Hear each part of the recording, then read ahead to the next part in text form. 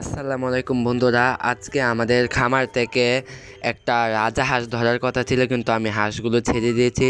সে কারণে হাঁসগুলোকে ধরলাম, রাজা হাঁসটাকে ধরে নিলাম। রাজা হাঁস সাজ্জাক মামার জন্য এই হাঁসটা ধরলাম। উনি রাজা হাঁস খেতে চেয়েছেন, তাই ওনার জন্য প্রথমে পেঁয়াজ দিয়ে, তারপর হলদি মরিচ, তারপর তেল দিয়ে ভালো করে সব মশলা লবণ টবণ দিয়ে তারপর দিয়ে দিব আদা বাটা, রসুন বাটা আর পেঁয়াজ বাটা। তারপর আরেকটু তেল দেব, দিয়ে তারপর উপর দিয়ে জিরার গুঁড়ো দিয়ে একদম লাল লাল ঝাল ঝাল হাঁস কষা রান্না হবে।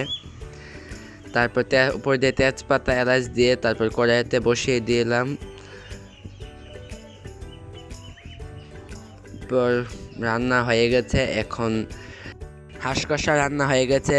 যদি আমার ভিডিওগুলো ভালো লাগে একটা লাইক কমেন্ট শেয়ার করবেন, আর এরকম ভিডিও দেখার জন্য আমার চ্যানেলটাকে অবশ্যই আপনারা সাবস্ক্রাইব করে রাখবেন, তাহলে আমার সব ভিডিও সবার আগে আপনাদের কাছে পৌঁছে যাবে।